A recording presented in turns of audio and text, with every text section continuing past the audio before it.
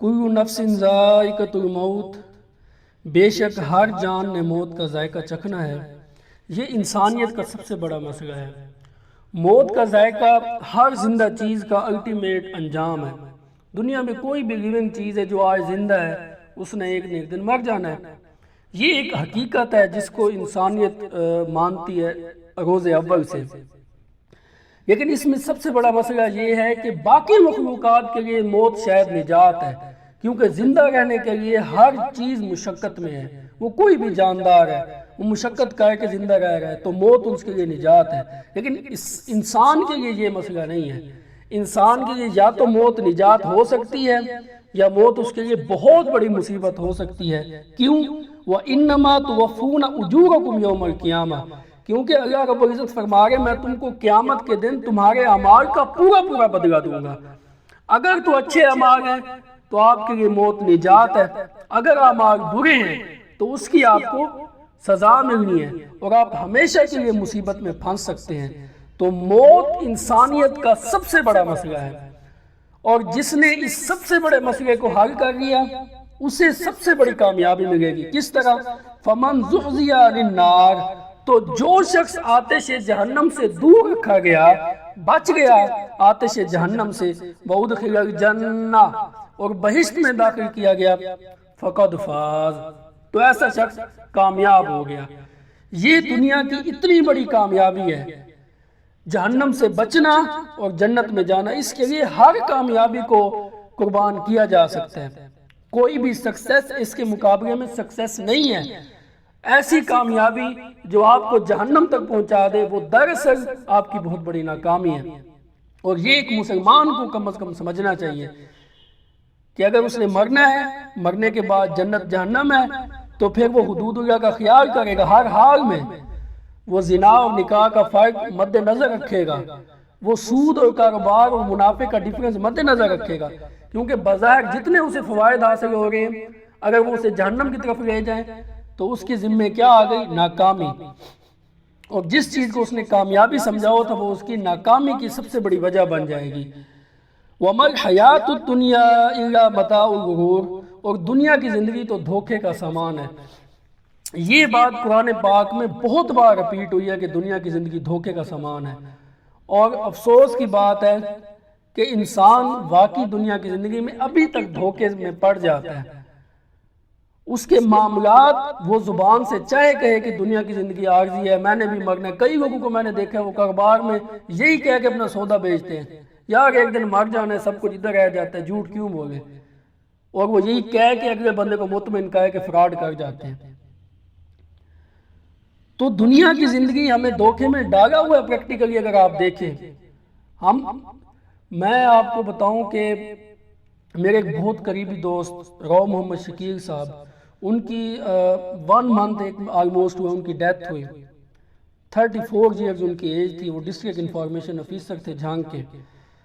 ان کے ساتھ جب ہم کام کرتے تھے تو میں انہیں کہتا تھا، جب ان کی پروموشن ہوئی 17 کی ایج میں، تو میں انہیں کہتا تھا سر آپ کی تو ماشاءاللہ ابھی 25 سال سروس پڑی ہے، تو آپ ماشاءاللہ 21ویں 22ویں میں ریٹائر ہوں گے جا کے۔ تو اور ہم نے کبھی سوچا بھی نہیں تھا کہ ان کی 34 ایئر میں ڈیتھ ہو جائے گی۔ تو اتنا جھٹکا لگا مجھے ایک دن کے لیے، تو واقعی محسوس ہوا کہ یہ کیا ہو گیا۔ واقعی دنیا کی زندگی دھوکے کا سامان ہے، اور ہم سب کے جب قریبی کوئی عزیز کی ڈیتھ ہوتی ہے جوان آدمی کی، تو ہم فوری سوچتے ہیں، ریمائنڈر دماغ میں آتی ہے، لیکن کچھ دنوں بعد ہم پھر وہی بھول جاتے ہیں۔ کیوں؟ کہ وَمَا الْحَيَاةُ الدُّنْيَا إِلَّا مَتَاعُ الْغُرُورِ، یہ دھوکے کا سامان ہے۔ تو اس دھوکے سے ہم سے بچنا ہے۔ لَتَبْلُوَنَّ فِي أَمْوَالِكُمْ وَأَنفُسِكُمْ، اے اہل ایمان، تمہارے مال اور تمہاری جان سے تمہاری آزمائش کی جائے گی۔ جان کی آزمائش کیا ہے؟ کہ اس جان کو ہم نے اللہ کے تابع کرنا ہے، مال کو حلال طریقے سے کمانا ہے، اور حلال طریقے سے کما کے اللہ کی راہ میں خرچ کرنا ہے۔ لازمی طور پر اللہ کے رسول نے فرمایا، انسان کہتا رہتا ہے میرا مال میرا مال، حالانکہ یہ مال تو اس کا ہے نہیں، یہ تو اس کے پیچھے وہ رساک ہے۔ اس کا صرف اتنا ہے جو اس نے پہن کے بوسیدہ کر لیا، کھا پی لیا، یا اللہ کی راہ میں خرچ کر کے محفوظ کر لیا۔ لیکن مال کی محبت اللہ نے ہمارے دلوں میں ڈال دی تاکہ وہ ہمیں آزمائے، اور اکثر لوگ اسی محبت میں گرفتار ہو کے یہ بھول جاتے ہیں کہ اللہ نے مال کیسے دیا تھا اور اس کو کہاں خرچ کرنا تھا، اس کی خوشنودی کے لیے۔ وَلَتَسْمَعُنَّ مِنَ الَّذِينَ أُوتُوا الْكِتَابَ، تو تم لوگ جو سنتے ہو ان لوگوں سے جو اہل کتاب ہے، من قبلکم، جن کو تم سے پہلے کتاب دی گئی، وَمِنَ الَّذِينَ أَشْرَكُوا، یا وہ لوگ جو کہ مشرک ہیں، اذًا کثیرا، تو ان کی باتیں تمہیں جو ان سے سنتے ہو بہت اذیت دیتی ہیں تمہیں۔ یا اللہ رب العزت صحابہ اکرام کو تلقین فرما رہے ہیں کہ کیا تمہیں یہ جو اہل کتاب ہے اور مشرکین ہیں ان کی باتیں تمہیں اذیت دیتی ہیں؟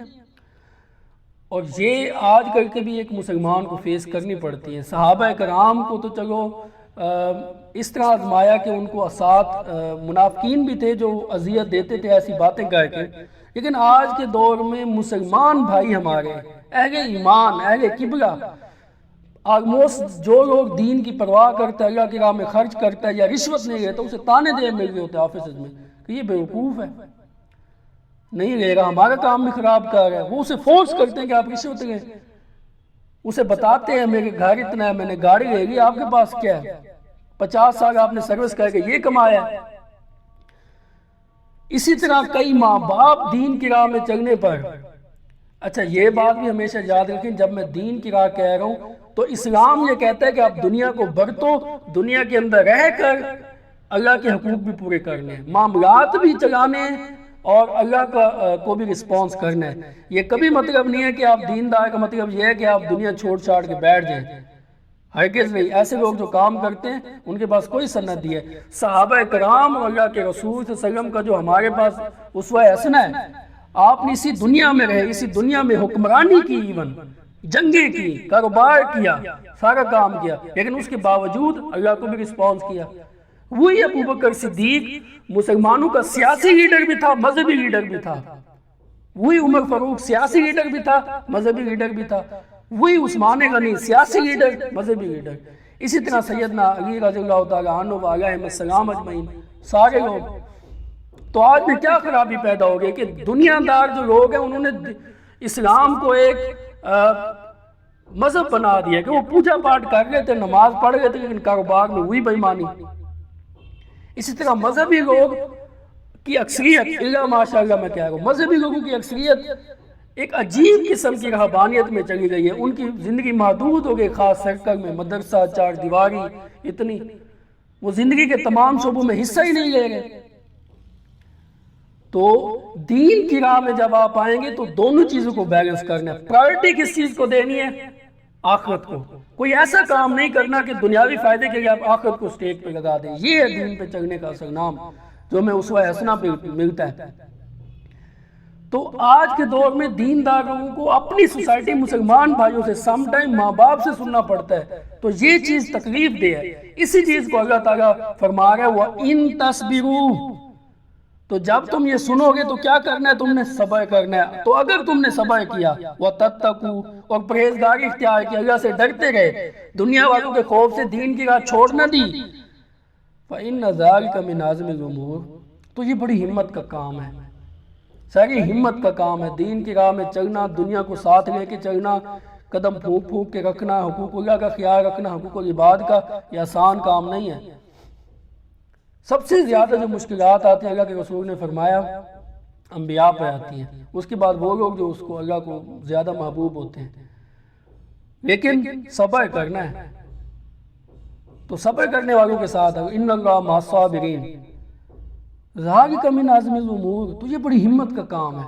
تو اللہ رب العزت ہمیں ایسی ہمت دکھانے کی توفیق عطا فرمائے اور اپنی راہ میں استقلال نصیب فرمائے، استقامت نصیب فرمائے۔